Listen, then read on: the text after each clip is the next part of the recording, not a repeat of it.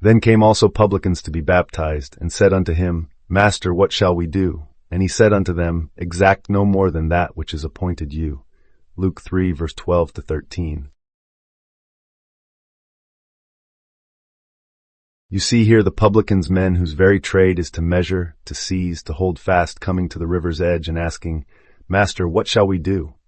In that question lies our own dilemma.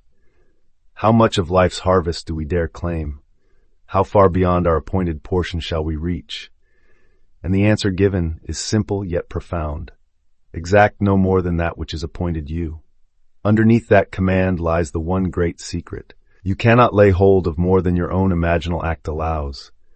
The unseen realm must clothe itself in the tones of reality before it can manifest. If you reach greedily trying to grab beyond the impression upon your mind, you only bind yourself to a world of struggle. But when you confine yourself to that which you have vividly conceived and no more, you honor the divine law of creation. You plant the seed, water it in feeling, and wait quietly. The harvest comes in its appointed season. Tax collectors knew the law of men. Jesus revealed the law within. He said, no more than that appointed, because he would have you recognize your true role, not as a plunderer of circumstance, but as the silent designer of your own days. Imagine only what you can fulfill. Do not exact from your world what you have not first given to it in your mind's eye. Let your creative power be measured, focused, suffused with feeling, and the world will pay its due. So when you ask, what shall I do? Hear him reply in the stillness. Restrain your grasp to the borders of your own assumption. Discipline your imagination. Exact only what you have appointed in your heart, and watch heaven conspire to deliver it.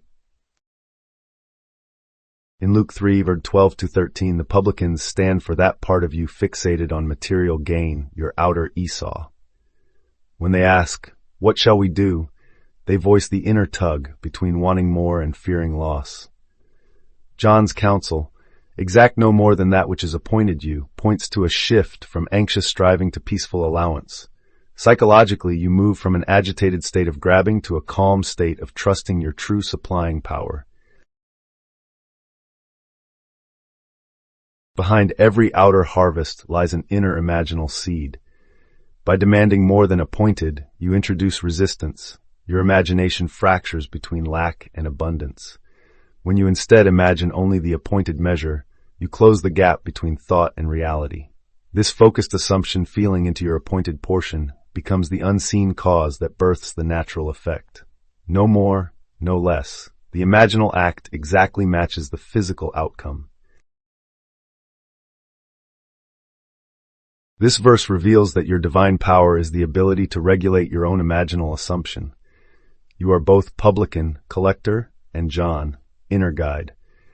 You possess the creative faculty to align your inner measure with your outer reality. By consciously choosing the precise extent of your claim, you enlist your imagination as a co-creator rather than a rival.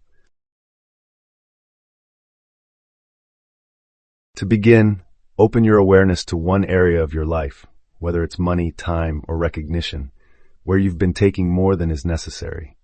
Then gently discern what provision is truly appointed for you, the precise measure of support or reward you genuinely need. In a quiet moment, close your eyes and allow yourself to feel, I now collect only this appointed supply. Touch it in your imagination as though it were real, and notice the sense of relief that follows. Release the remainder and trust that in honoring this inner limit, the perfect current of abundance will return. As you consistently attune to that appointed measure, your imagination ceases its inner conflict and begins to mold your experience to match your intention. In that simple, obedient act of exacting no more, you discover the divine power at work, transforming your inner assurance into outer fulfillment.